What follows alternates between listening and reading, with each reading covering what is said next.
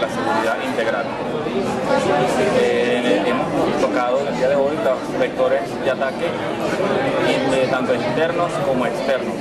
En estos vectores hemos podido analizar lo que es las actividades de los usuarios a nivel de capa de red y cómo ellos pueden hacer actividades que pueden vulnerar la infraestructura, así como revisar los vectores de ataque externos de personas que desde fuera de la red intentan penetrar a la misma para atribuirse los activos que tiene la organización.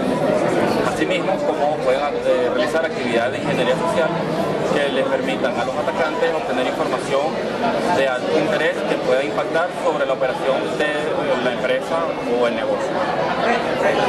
Asimismo, también vimos unas estadísticas colectadas en el año 2014, 2015, sobre cuáles son los principales incidentes a nivel nacional y cuáles son las principales herramientas que se utilizan en el mercado venezolano.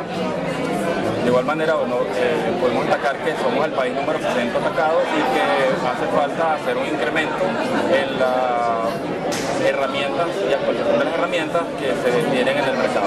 En Intelicor ofrecemos herramientas de Security Information Management, un sector de eventos de seguridad de la información que va a permitir administrar todos los eventos de seguridad de su infraestructura, así como herramientas para la ejecución de pruebas de penetración con la actividades de exploit de carácter comercial, con la explotación de vulnerabilidades, así como evaluación de vulnerabilidades sobre infraestructura de red. Tenemos también herramientas para la protección de la Internet Banking, filtro web, filtro spam, así como herramientas para la monitorización de las actividades del usuario a nivel de estación de trabajo y dispositivos móviles. Muchas gracias.